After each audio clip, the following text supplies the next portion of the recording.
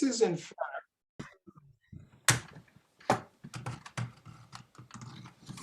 there's a message saying it's being recorded, so I just clicked on it and said fine. So here's the thing that I want to emphasize today, which is that the central theme of the Vedas is the aikyam, is the identity. So this is what is called Tatparya Nishchaya. And that means the very, what is the essence of it? And so this is given in the fourth sutra, Tattu Samanvayat. So in the Samanvaya, this is exactly what is pointed out, that this is the central theme, which is the identity. If you take any other view, that is not what the Vedas intended. Having said that, people take other views of the Vedas. So this is exactly where we are going to pick up the thread today in the fourth sutra. In fact, let's just enunciate all the four sutras. Athato Brahma Jigyasa, Athato Brahma Jigyasa, Janmadyasya Yataha, Janmadyasya Yataha, Shastrayo Nitvat, Shastrayo Nitvat, Tattu Samanvayat, Tattu Samanvayat. So in the fourth sutra, Tattu Samanvayat, which is what we are doing now, it is said that even though other people also believe that the Vedas is the source of the ultimate knowledge, they don't agree on the central theme. So they look upon the Vedas as something which is not meant for jnanam, but it is meant for kriya, for doing something. So now we pick up the thread, the discussion of the word tu in the fourth sutra is to look at why people don't agree that Continue. the aikyam is the central theme. Why don't they agree? Why their view is not correct? Why the two is has to be examined. So we have to look at it in a very structured, logical manner. It's not a kind of like a shouting debate. Yeah, Nagaraj Rao. So that being the case, we have to examine the word tu, and this is what we are doing now. So here, after looking at the various other Purva Pakshas, we are focusing on the Purva Mimamsa, the Karma Kanda. And this is the most prevalent view of Hinduism in the most of the country. And we have to really understand where the issues are, where the problems are, what's the resolution for it. So that is espoused by an important sutra by Jaimini, which we have done. I'm just revising this. And we saw this about 3 or 4 classes ago. This famous sutra goes like this. Amnayasya kriyarthatvat anarthakyam atadarthanam. This is an difficult way to pronounce, but anyway, amnayasya kriyarthatvat anarthakyam atadarthanam. It contains the central theme of the people who object to the Jiveshwara Aikyam Jnanam as the central theme of Vedas. This is what we have to examine. What does it say? It says Amnayasya. So Amnaya means the Vedas. So Vedasya Kriyarthatvat. That the main purpose of Vedas is vidhi. Vidhi meaning instructions on what to do. It's called Vidhi. So Jaimini says that this is the main purpose of Vedas, is Kriyarthatvam, is to have a Vidhi for Kriya. What should I do? At the moment we are born in our lives, as you know, in a present configuration, any newborn, the main thing is, what should I do? What's next? What do I, after that, okay, I did this, then what? What should I study? What kind of a job should I get? Finding a life partner. What kind of a life? This is what to do. This is very basic to our lives. So it's not as though it is wrong, but this is very basic to our lives. And so what Jaimini says is that in addition to your figuring out on your own or through the help of your family and friends and society and culture and so on, you should resort to a religious slash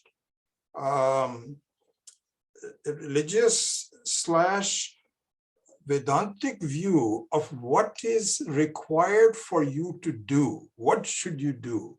So you do have to do upasana, you have to do yajna, you have to do, so this is called vidhi. So Jaimini says the entire Veda is based on vidhi. And if it is not vidhi, then it really has no meaning. So that's the second part of this sentence. Anarthakyam.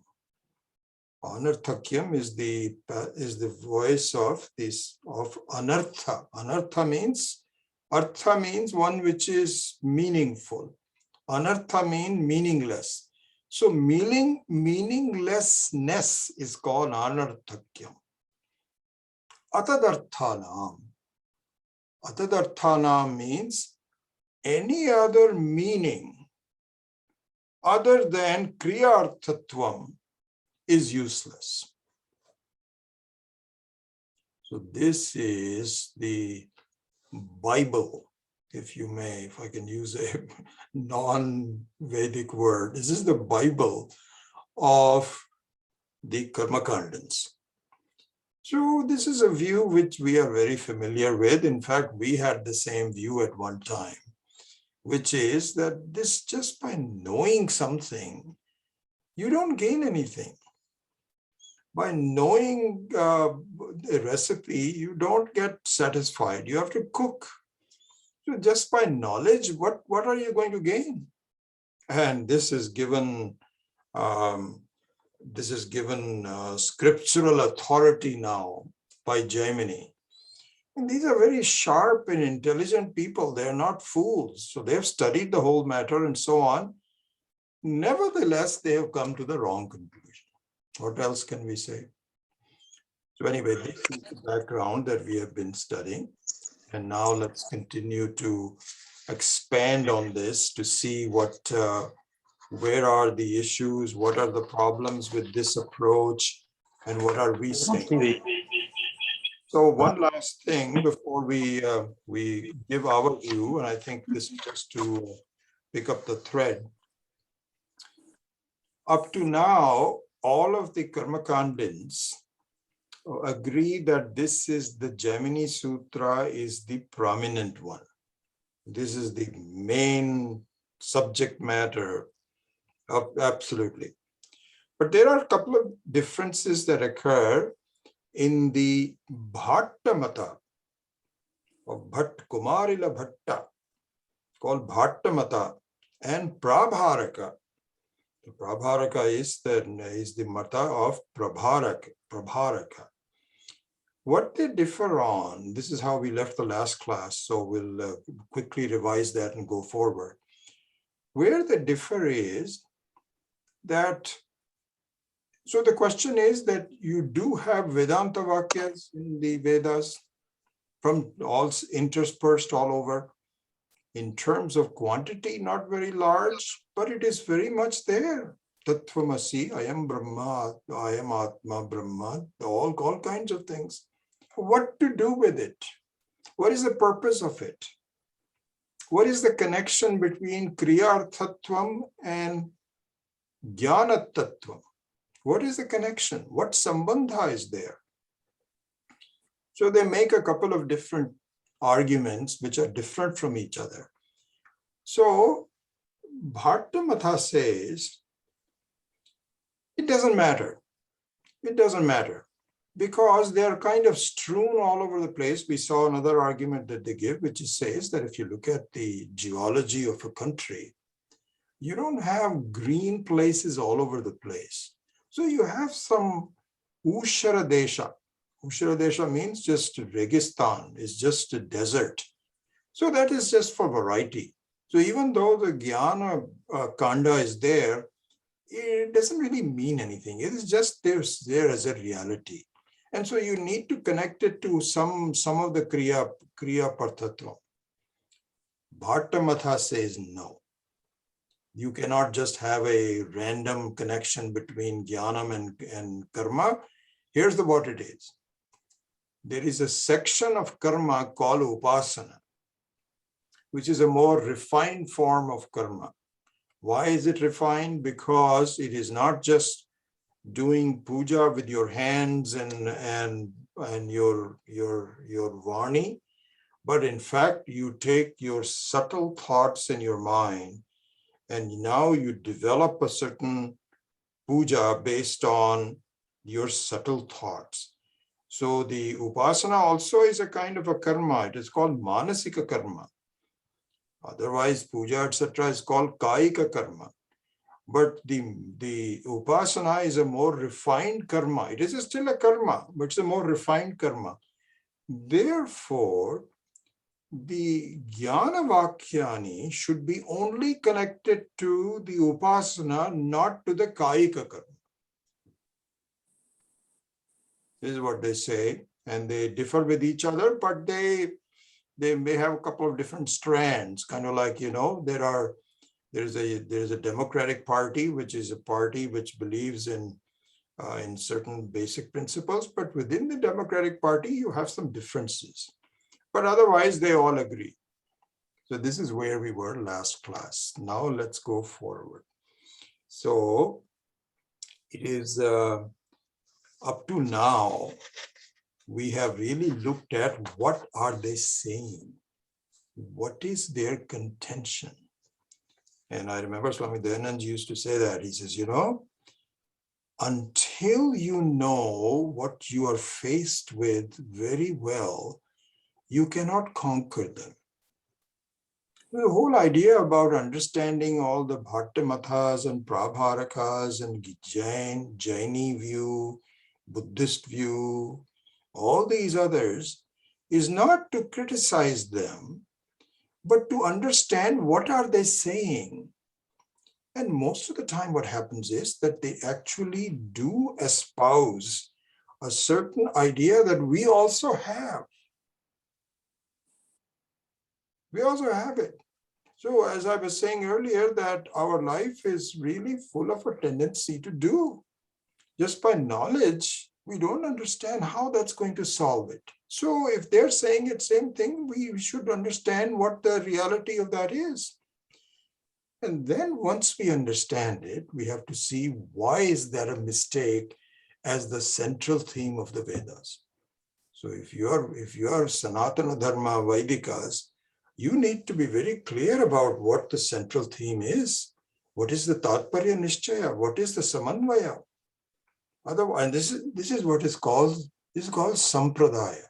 So please understand this. We know we use the word Sampradaya. What Sampradaya are you in? The Sampradaya is the central theme of all of the Vedas. Not only the Vedas, the Shruti, the Smriti, the Bhagavad Gita, the Puranas, the Itihasa, Ramayana, everything, they have a central theme. What is that? That is what is called Sampradaya. And if that central theme is not agreed to, then you have a different sampradaya, which you are willing to, you're free to do that. We don't disagree, fine, go ahead and do that. But that's not the sampradaya. So now with that, we return back to what is our sampradaya. We understand what you are doing, and we need to understand that very well. Where you go wrong, we need to understand. So now we start on that. So please follow this. This is the next few classes are going to be this Siddhanta and Purva Paksha. So far we were just looking at Purva Paksha, but now we'll start looking at Siddhanta. So this is where Adi Shankara's articulation, his very clarity, his holding up the very sampradaya is so important. So this is where the bhashya for the Brahma Sutra becomes very relevant.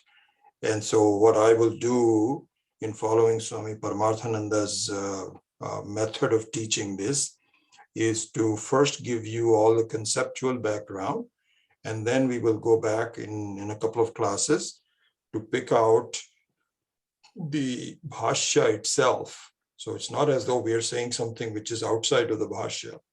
No, even though I'm not going shabda by shabda, but at least look at the conceptual view first. And then basically I borrowed that because he also, just like in our case, has a mixture of people who have been studying Sanskritam and can understand the bhashya word by word, and others that don't. And so this is a general mixture, and we have to make sure that both are gaining from it. So the general concept first, and then we will go into the bhashya. Okay.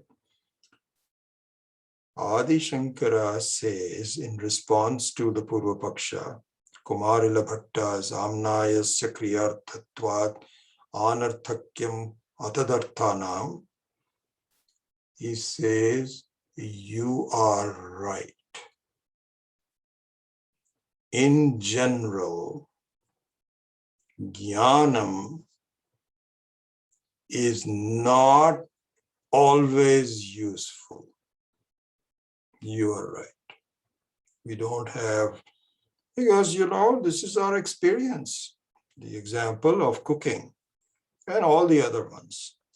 Repairing cars. Until you know how to repair cars, you cannot actually be a mechanic. So you have some knowledge and then you apply it. And this is the general view of most people. I remember my discussions with my dad. My dad was even never really got dedicated into learning the Shastras. And when I started doing it, we used to say, why are you doing this? I don't understand this. And my mother had different views, but my father was a dyed-in-the-wool engineer. And he was a very, very pious person in dealing with people, more than anybody else that I know of. Very true to his punctuality. If he goes someplace by 8 o'clock, he starts getting ready at 7:30, and other people might spend some time. He says, no, we told him 8 o'clock, we better be there. His discipline, all of that was there, but the search of the Paramatma was confusing to him. So he used to say, you see, no, you're learning all of this, but how do you apply? You have to apply for it. You have to apply it. Same view as Jaimini. Most of the people are like that if you really look at them. Adi Shankara says, we agree with you. But there are exceptions. There are valid exceptions. What do you mean there are valid exceptions? The exception is that if your view is your jnanam, your view, your knowledge, your jnanam is based on ignorance, then by knowledge alone, you will correct the mistakes. You see, this is what he's saying. He says that in general, when we are looking at Laukika Jnana, all the worldly knowledge, you are right. All the examples about cooking and fixing cars, all of that is correct. But if the knowledge is based on an erroneous impression, then by knowledge, by correcting that itself, you don't need to do anything. And here, as you know, this is why this is such a, you don't need many examples for that. You just need one example. And here are many examples, but just one example is the very famous one that we should just take it to heart, which is this Rajju Sarpa example. This is what is given in our Shastras. He says that, listen, if you take a rope to be erroneously a non-rope, as a snake, then by the correction of that mistake, you gain sukham. You don't need to do anything. In fact, by doing something is meaningless. Just like you say that it is meaningless, we say that once the mistake is the reason for your false knowledge, then by correcting that, you don't have to do anything. Like, for instance, in the case of misunderstanding due to certain, whatever the background is, by not really seeing that it is really not a snake, it's a rope, it's a mistake. Now, by whatever knowledge you have a flashlight or somebody else saying, no, you just made a mistake. This is not a snake or anything. These are all real life cases. And then once you do that, where is the meaning for doing anything? Are you going to do karma? After that, you're saying, okay, this is just a rope. Now, you know what? After this jnanam, this is jnanam. Now I have to do some karma. And not only that, I have to do some upasana. Oh my gosh, snake, don't you ever come back after this. I hope you don't come back. I am really scared of you. You might still be around here somewhere, but I hope you don't bother me. Meaningless. Totally meaningless. Once you correct it, that's it, it's done. So here, I will add another thing to this example. So this Rajju Sarpa example is an important one, but it has one defect. Because all the examples are, if the example was perfect, then it would become the exemplified. That's why it is called an example, because it has most of it, but not all of it. So the defect of the Rajju Sarpa example is that I can see that I can make a mistake about something other than me, like a rope. I understand that. I get what you're talking about with this example. But this is different. You're talking about me. How can I make a mistake about myself? I don't understand that. This is where the 10th man example is so relevant. And we should really take it to heart and not forget it. So the 10th man example, I find, is really removes this defect.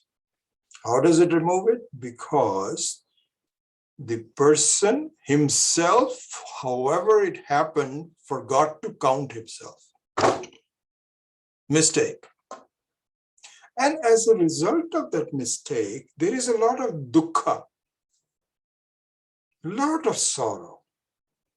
He is just besides himself. He wanted to commit suicide, really. He was that sorrowful that I am responsible for these. My guru told me to make sure that I'm responsible for these young kids. And I thought I was doing it, but somehow somebody got lost. And I'm responsible for it. I don't want to live anymore.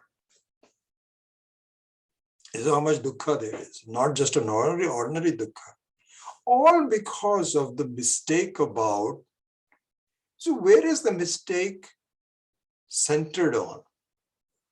In the case of Rajju Sarpa, in the case of rope and snake, it is centered on a rope because you have to open your eyes, you have to look at it and all of that. Here, the center is on yourself, but it is still possible. In fact, this is exactly what our situation is in life.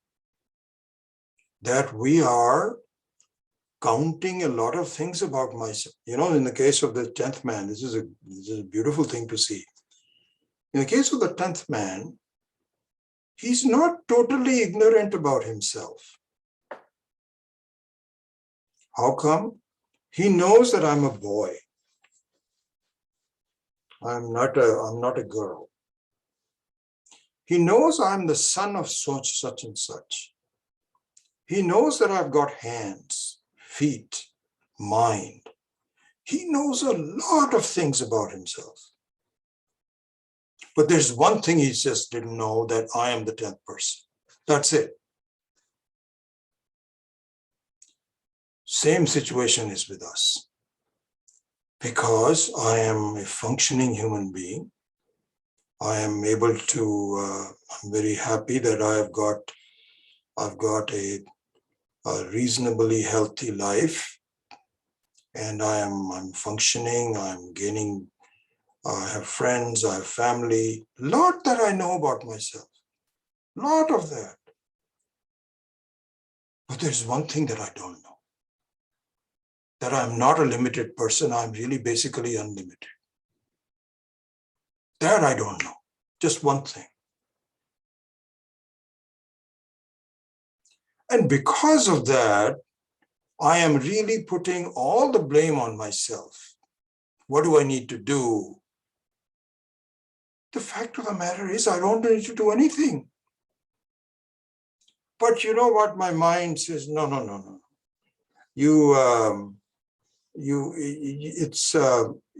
I have to do a lot of things. It's not possible for me to just do this. This is the sampradaya. We should really understand when you people say, what sampradaya are you following? Or even if nobody asks you, you just, our sampradaya is, there is nothing to be done. There is something to be known. Well, then how come I still feel like this? And so is this because you think you know, but you don't?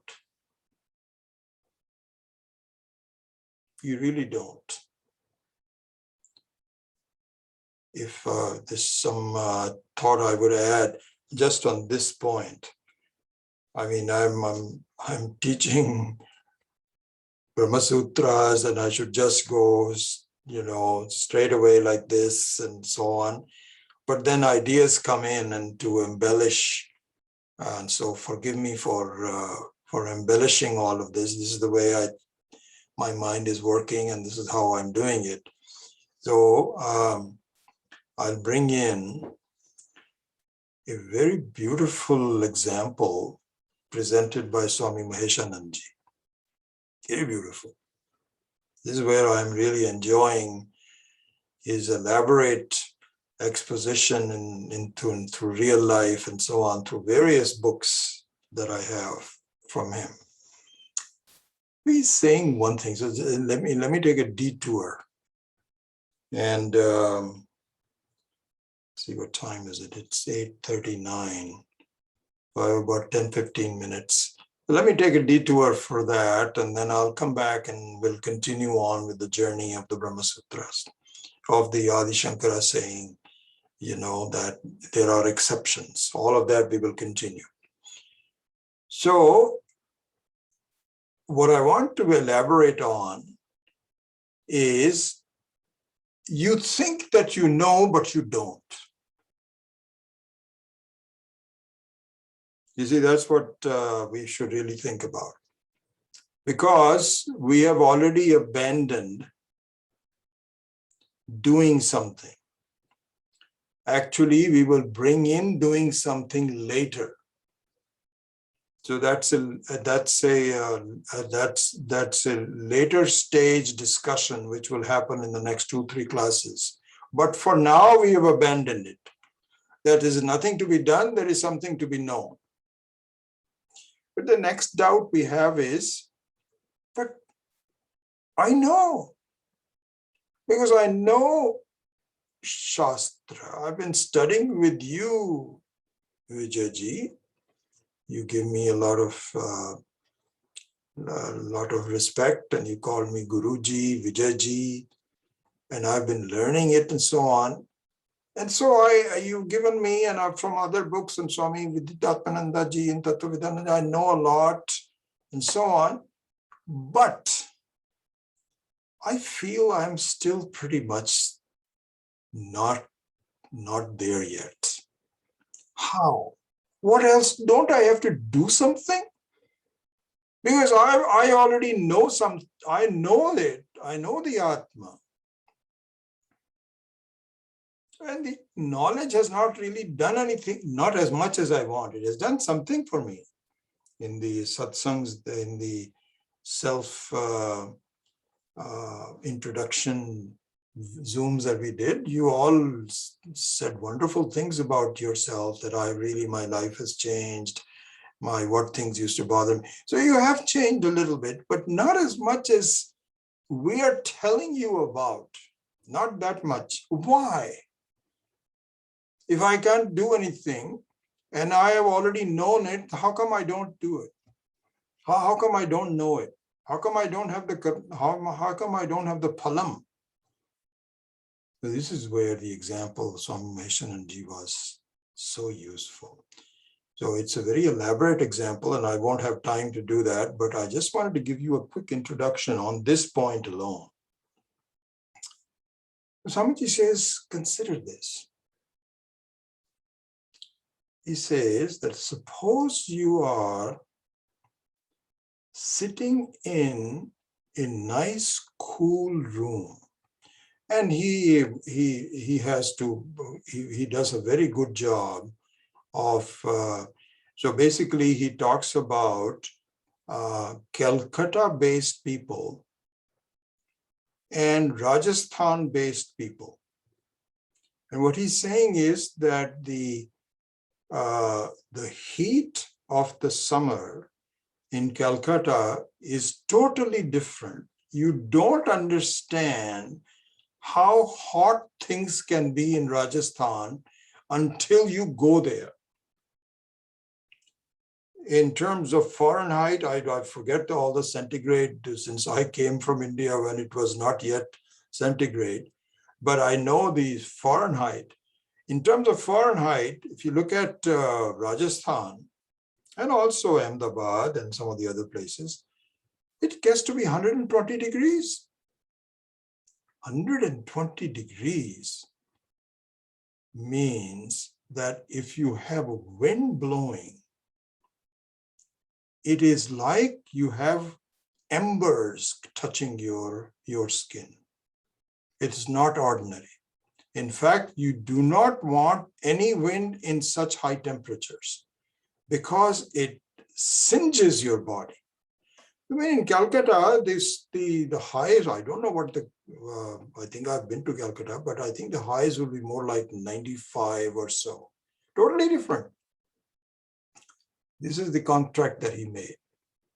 Now, listen to this carefully. Is that suppose a person from Calcutta. So what used to happen is that he was actually He was Rajasthani himself, Swami Maheshananji.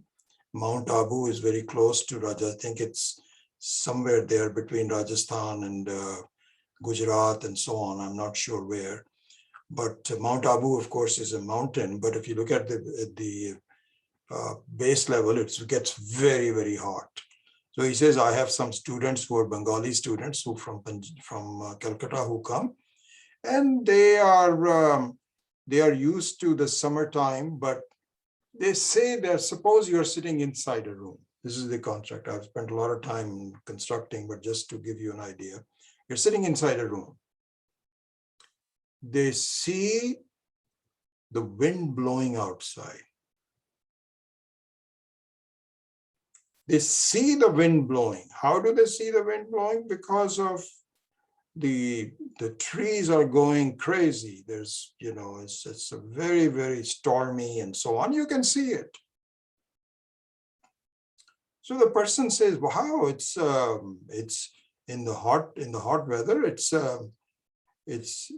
really quite windy.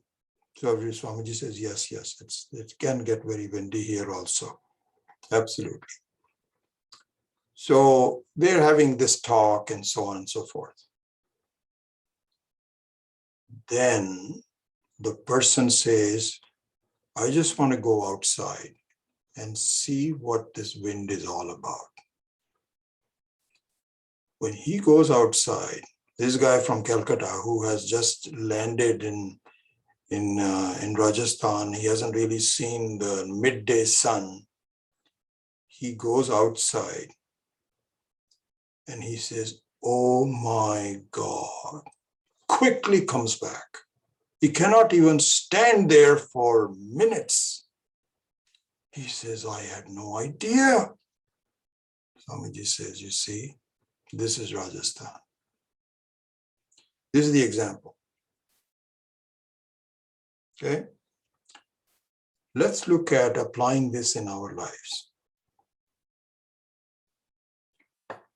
So we think we know who we are because we've been studying with you and with the Swamijis and so on. It is not the jnanam that you need to have yet. Why not? Because you have a partial view. You don't have a realistic view about yourself. Why don't I have a realistic view? It is exactly like you can see the wind blowing.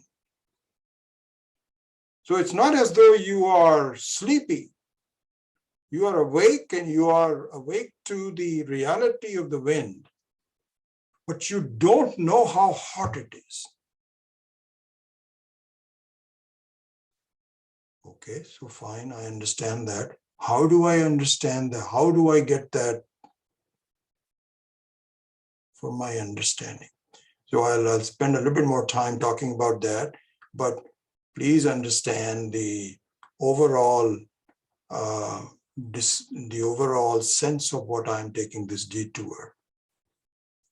Overall sense is you think you know, but you don't. Not yet.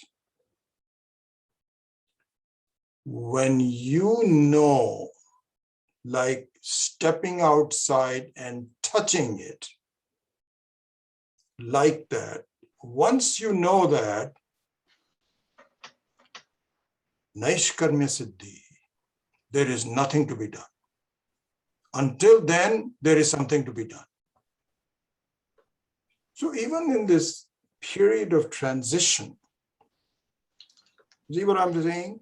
So this sampradaya is not to be doubted, that it doesn't seem to work because you're telling me that jnanam solves the problem. I don't have to do anything like a Rajju Sarpa, but it hasn't solved it. The reason it hasn't solved it is because you really don't know. You think you know. So what is it that I need to do to really know? But that's another topic, and we'll spend a lot of time doing that. I just want to give you the intellectual view of as we proceed forward with what is the sampradaya. So what we need to do, and then we will spend a lot of time doing that, is you have to see Ishvara and Brahman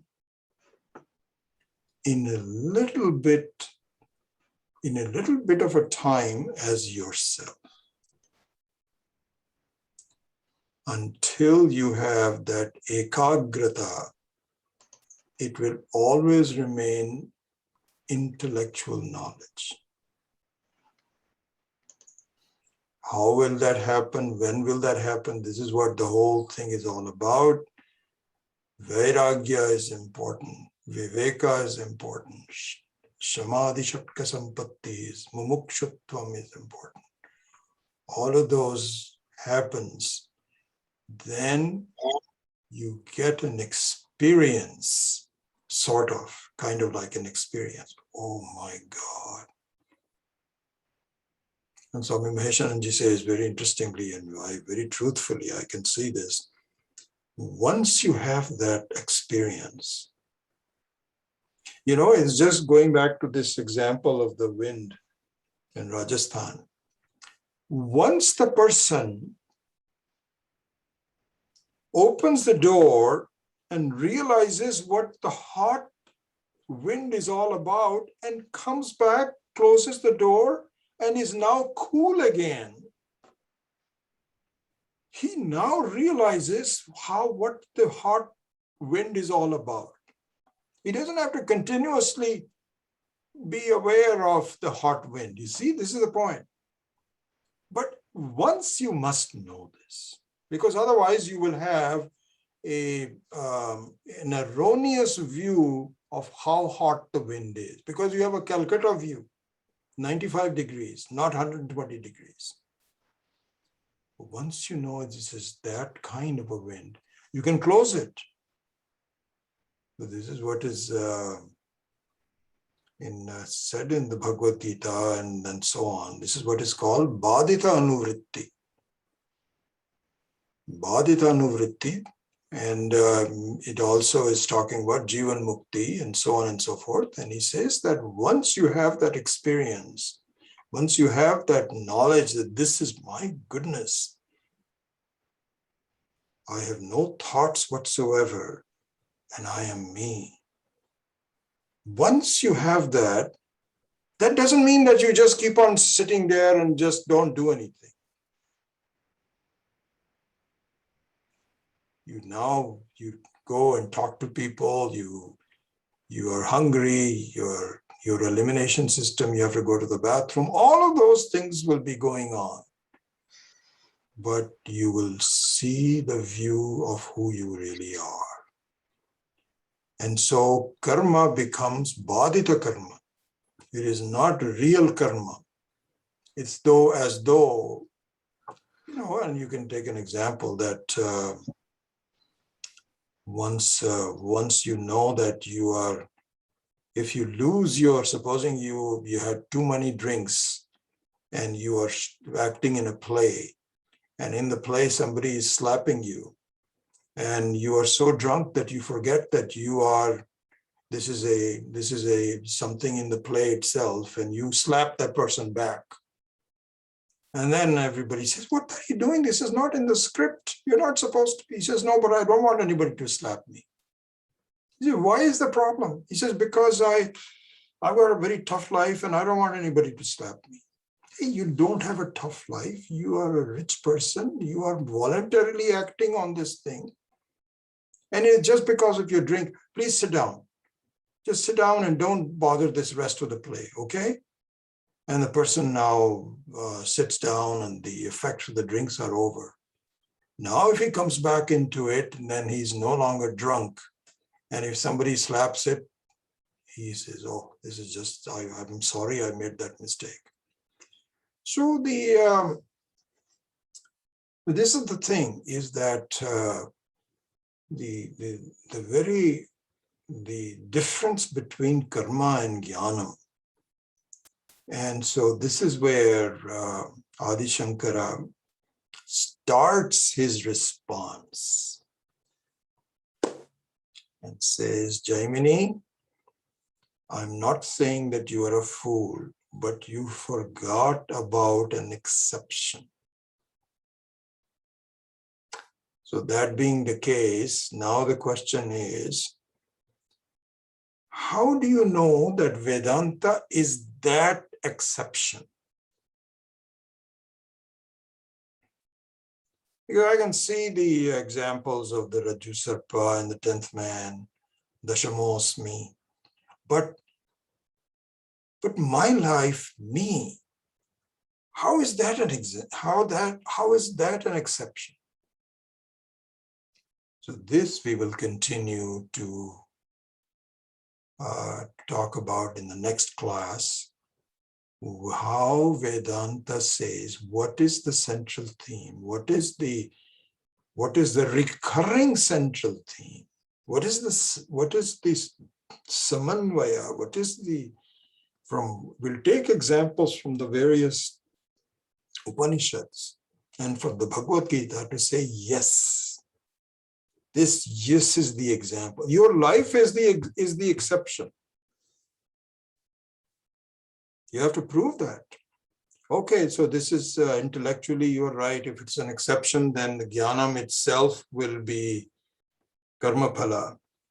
And but then how do you know that my life is an exception? It is true, which is given in all of the Upanishads. So we will continue doing that. And then we will look at beautiful way of really looking at this whole thing with Adi Shankara's commentary, just on the fourth sutra. After that, we will have to look at something else.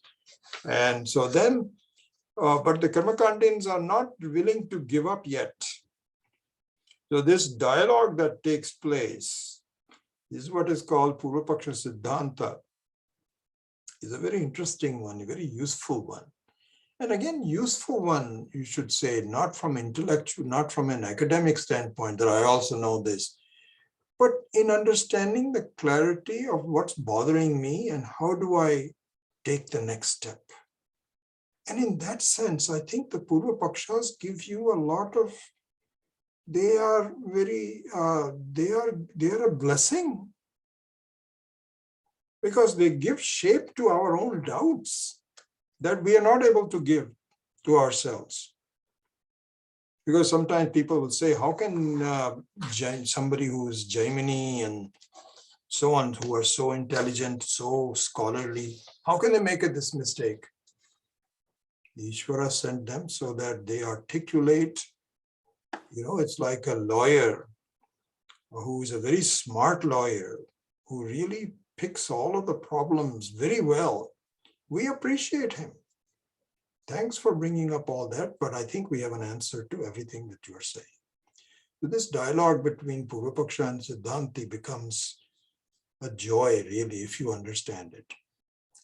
Many of us, if we don't understand it, it looks very boring to us. That, oh my God, I've seen so many students say this. Oh, this is not really Vedanta. This is just some fighting between, no. It's because you don't have the view of exactly how useful and how important the Purva Paksha can be in bringing out your own doubts in a very structured manner, and then in answering them. So this dialogue will continue. We'll do that in the next class. So let me finish the puja verses, and then we will open it up for satsang in a minute. Om Rahu Grasta Divankarendu Sadrisho Maya Samachhadanat Sanmatra Karanopasamharnato Yo Bhut Sushuptaf Pumam Pragaswap Samiti Prabodha Samaye Yapatya Vigyayate Tasmai Shri Guru Murtaye Namaidam Shri Dakshinamurtaye.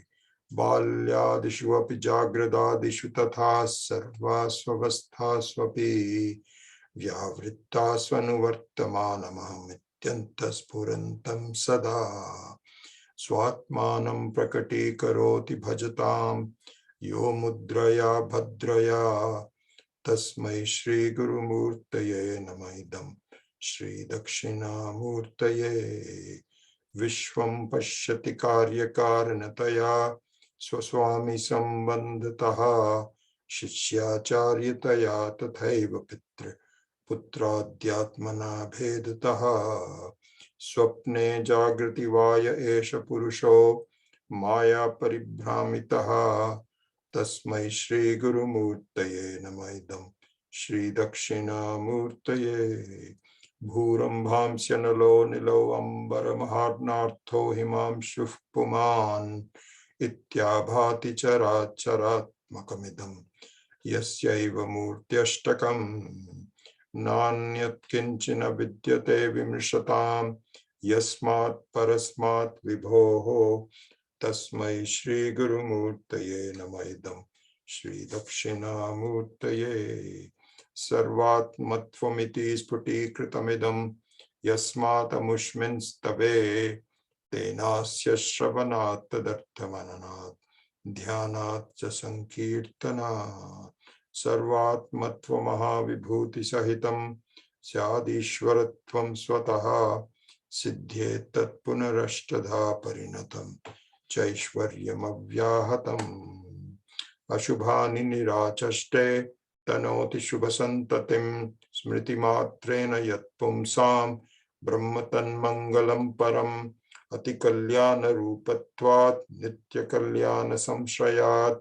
Smartranam Varadattvat Cha Brahmatan Mangalam Viduhu Omkaraschatha Shabdascha Dvavetau Brahmanah Pura Kantham Bhitva Viniryatau Tasman Mangilakau Vubhau Omatha Omatha Omatha Asatoma Satgamaya Tamasoma Jyotirgamaya Mrityorma Amritam Gamaya Om Purnamadav Purnamidam Purnat Purnamudachyate Purnasya Purnamadaya Purnamevavashishyate Om Shanti Shanti Shanti Harihi Om Shri Gurubhyo Namaha Harihi Om.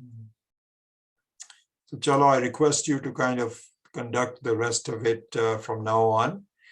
Yes. Okay.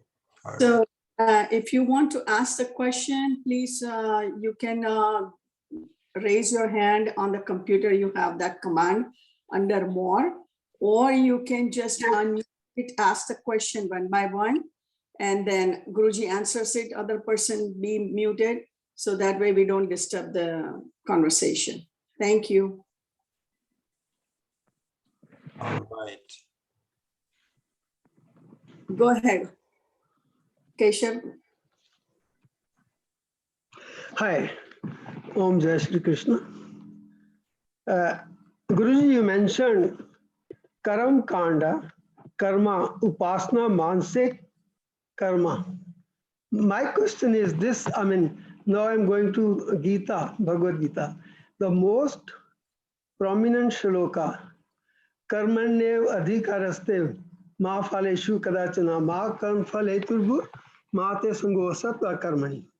So here, the very first word, Karmanyev, with your permission, may I pronounce it Kriye Man Ev Adhikaraste? Instead of Karmanyev, I think it may be pronounced as Kriye Man Ev Adhikaraste, because Kriya is in our hands. Karam, it will turn into or not, is not clear. Okay, Like, so yes, like Bhagat So- Singh shot. yeah, He was not sure if that guy killed or not. so that there, when you say karmani, so karmani is the seventh case of karma. So in the subject of karma, so the seventh case can be either a Vishaya, or it can be the very basis. And so the seventh case is saying that, for example, when you say on the table, so that's some kind of a link to it, putting your hands on it. But when you say with respect, so the seventh case is used also in the case of Vishaya. Vishaya means the subject matter. So there, karmani eva means that in the whole subject matter of karma. So the subject matter of karma has a lot of different aspects to it. One aspect of that is doing karma, kriya. Another aspect of that is when will the results come? That's also another aspect of it. So when you say karma, it's the whole thing, not just your action. So what he's saying in karmani eva adhikaraste means that please see that as a jiva, you have complete freedom in doing karma. But please do not worry about what I need to look at before I give you the results of your kriya. Because there's a lot of things involved. And you don't know it. So for you to become worried about how come this didn't happen, how come I did this, and how you are shortchanging yourself. You allow me to also participate and trust that I'm doing the right thing for you. So in that sense, he says, karmani, in the subject matter of karma, your adhikara is only as a doer, not in expecting results. Let me take care of that. So that's kind of like the sense of that. So that's exactly what I meant to ask. Like when we do Upasana, we Yeah. don't get the results overnight. It may be in this year or even maybe after this True. life. Very true. Very true. Yes, absolutely. Thank you. Rani? Hi, Chola. Hi, Namaste, Guruji. Thank you Namaste. for this Zoom session. It's really nice to see a lot of faces again. So my question is, we have been doing a lot of Shravanam, listening to lectures, satsang. Mhm. To go to that point which you were saying, once you experience, then, that, or you see that, difference between the Atma and the body, the jiva, then, that's kind of when that realization of what you're listening comes into your own experience. How do we get to that stage besides the Shravanam? I know there's japa, mantra, bhakti, mananam, but what would you recommend as a next step that we Right. implement Yeah. in our life? Good. Yeah, good general question.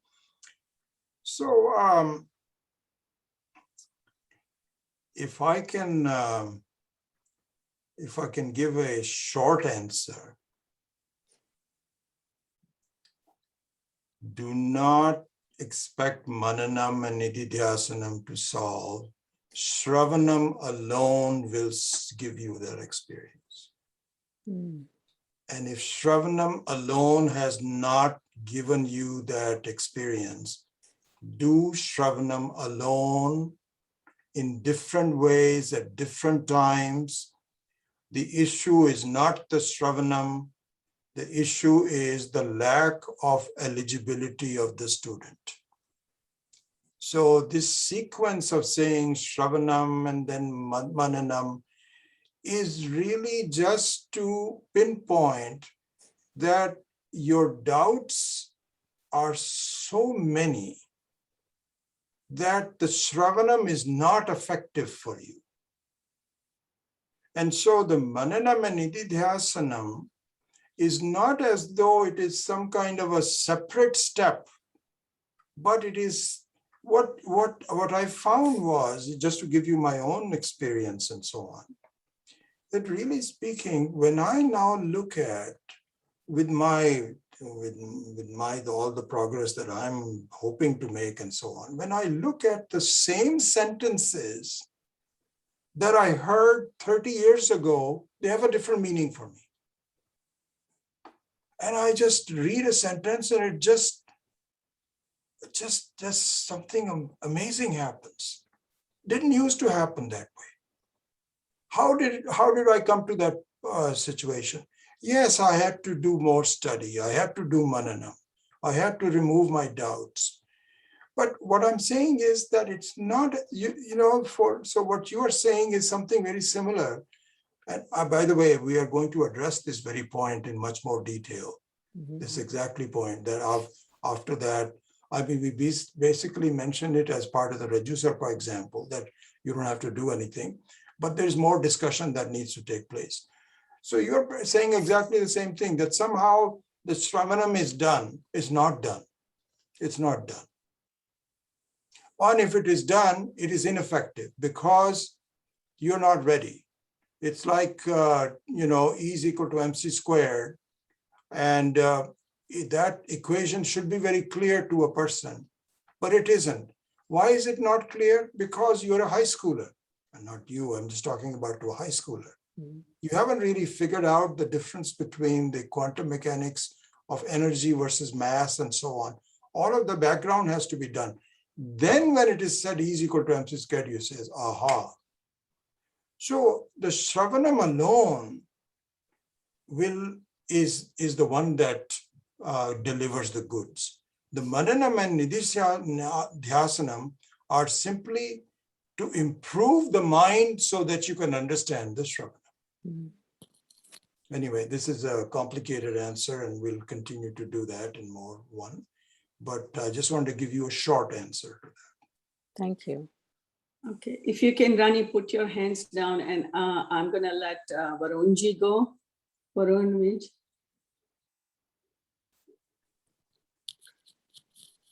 Pranam. According to the, we just discussion about the today's, what we discussed.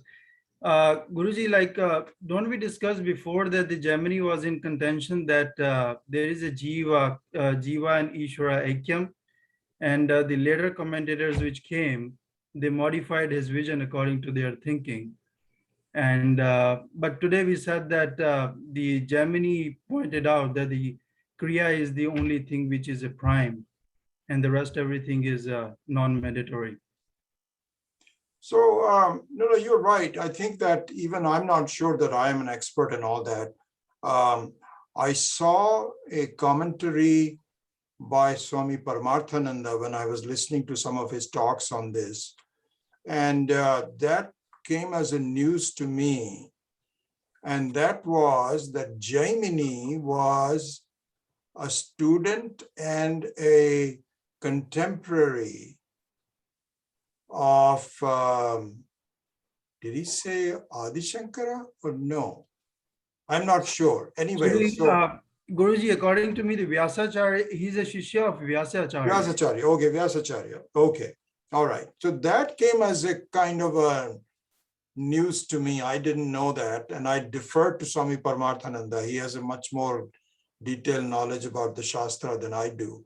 So that being the case, it was not clear to me that the Kumarila Bhatta's, the Gemini Sutra was meant to be an alternative to what Vyasacharya was saying, or was it a clarification which he may have, so for example, thought that the exceptions are so few that it's not important. I don't know that. Varun, so what I would say is not worry about that too much. I think the main thing we should see is that the Gemini view is very prevalent in our society. Very prevalent. That Jnanam doesn't do much, you have to do something. I think that's the point we should really glom on to. But you are right, there has been some degradation. I think what I had said 2 or 3 classes ago was that Jaimini's view was not as contentious as some of his successor made it out to be. And they made it even worse. And I made the point that, excuse me, in the case of Christianity, for example, we have evidence that the way Christ presented Christianity is very different from the way it is taught today. Yeah, true. And so, in fact, I consider Christ to be a jnani, a jivan mukta, no doubt about that. Because when they were hanging him, he said, "You don't understand, you're not hurting me at all. You're just making a mistake." What a beautiful statement. And so this was the view. But now it has, from St. Thomas, and it took several centuries to degrade it. Yeah. So similarly here also the same thing has happened. By the way, the same thing has happened in Buddhism. In Buddhism, with a view of Buddhas that we sometimes criticize is not what it used to be. It is what it is now. And so, yeah, I wouldn't really do, that's more of a, just intellectual curiosity. Yeah. But I think the main thing is that what Jaimini said is really our experience. And why that experience does not make sense is what we need to really look at. All right. Thank you. Thank you. Virendraji, go ahead. Unmute yourself. I wanted to just ask Vijayji that he gave an example of Swami Maheshanand about Rajasthan and Calcutta temperatures. And once he had experienced by going out, he didn't need anything else. To convince him.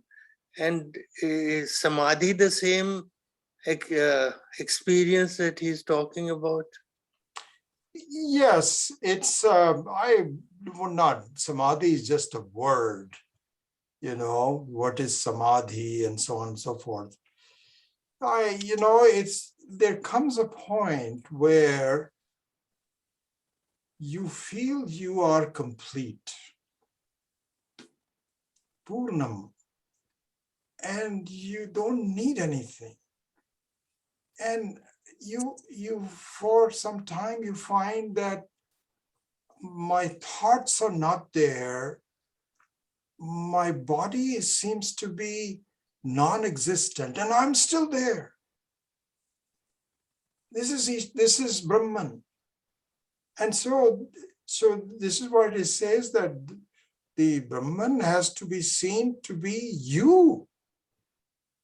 Until that moment comes, and is it through Samadhi or Nirvikalpa or whatever, those are just words. But that vision has to come. And that vision comes only after, and this is another thing, Virendra, which is said so many times by so many acharyas. This has become something. He says, you cannot will it.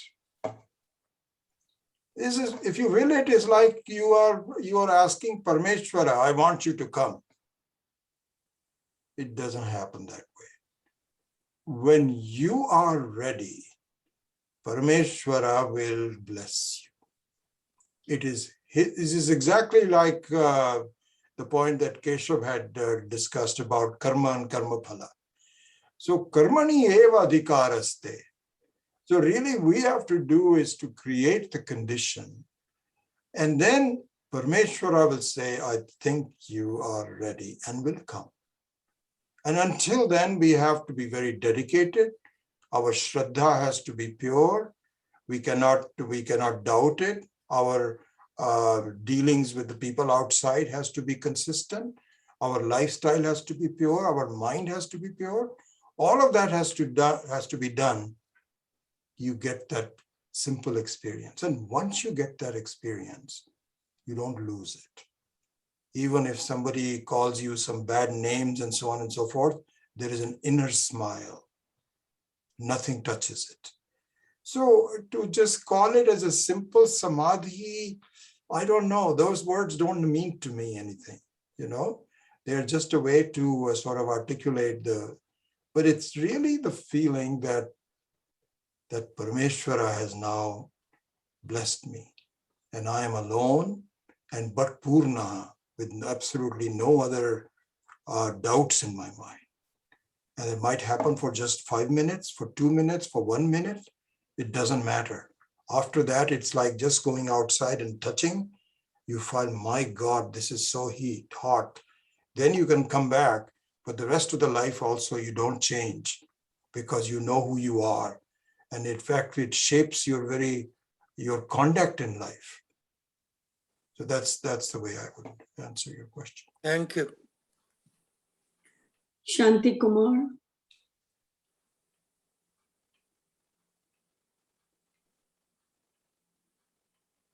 Namaste, Guruji. Namaste. What I get from this discussion is, the last thing is that, our ignorance cannot be removed by karma. As many times you taught us, that ignorance can go only by jnana. So any amount of karma we do may not remove the ignorance which we have. So therefore, this stands that it is only jnanam can remove this ignorance. That is the journey. So what is your question? No, it's not a question. You have been telling us in Okay. many of the classes that Okay. it is Yeah. only All jnanam right. can remove the. Okay. You're just restating it. Okay. Yeah. That's very true. So we will we'll clarify all of this as time goes on, that karma is actually a result of ajnana. The kartritvam, the doership and the enjoyership that we have, basically our status as a jiva is as a result of certain ignorance. We do not have an accurate view of who we are. And so we are taking an inaccurate view and taking that to heart, just like in a dream. In a dream, whatever you do is not accurate. So it's similarly in this life, also whatever view you have, whatever conclusion you have about this, and I am going to do this, and is false. And so the only thing that has to be corrected is to correct where is the falseness. How can you say this is false? That has to be corrected, and that can only be done through Shravanam and through Jnanam. And then once that happens, also another point is that the karma should not be seen to be useless. It's not.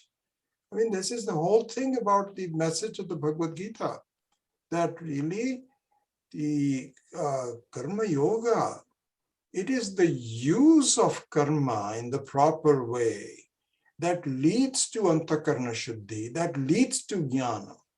So we don't have any contention. We have a contention that karma alone will give us moksha. No, jnanam will give moksha. But as Rani's question is, what do I need to do? Do I need to do, japam, this, that, or the other? That is still useful, but only in terms of readiness for jnana. Yeah. Thank you. Thank you. Shanti Kumar, can you put your hands down? Anybody else has a question? I don't see anybody's hand, or I don't see everybody on my screen at one time, but Looks like no one else has question. Well, it'll be interesting to review this session and to see whether it is useful to do it this way. What do you think about it? And also, I think to go back to the options that I had presented earlier, that what we could do. So in fact, let me, in the last few minutes that I have before we close the class, just to elaborate on that.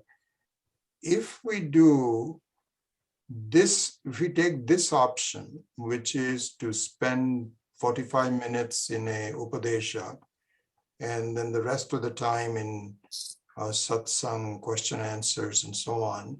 If we do this, we can probably do this no more frequently than once a quarter.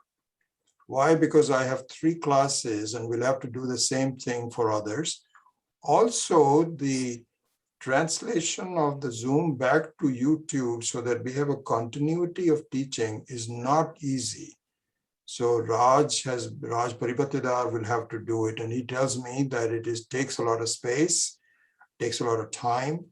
And so for that reason, we may not be able to do it as frequently as possible. The other option is this. We actually don't mix the Upadesha with the sadhana, with the satsang, but once in a while, say once a quarter, we have all the classes participate in only a satsang. You see what I mean? So that we don't really have Upadesha on that way. So that's a more, I think, practical, I think. But I need to get your feedback to see what you think about it. And give us that view, and then we will proceed further.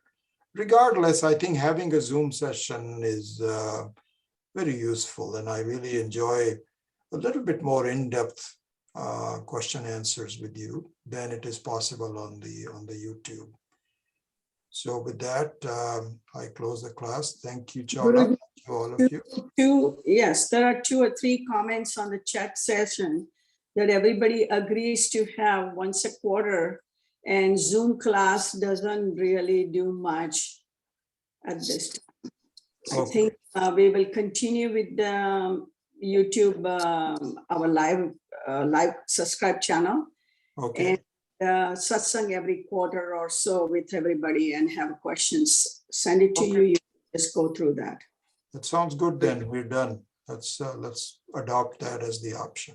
So what is it now, the decision? Are we going to have the rest of the classes today or not? Yeah, the second class, which is the Kaivalya class, will be back again on YouTube in a half hour.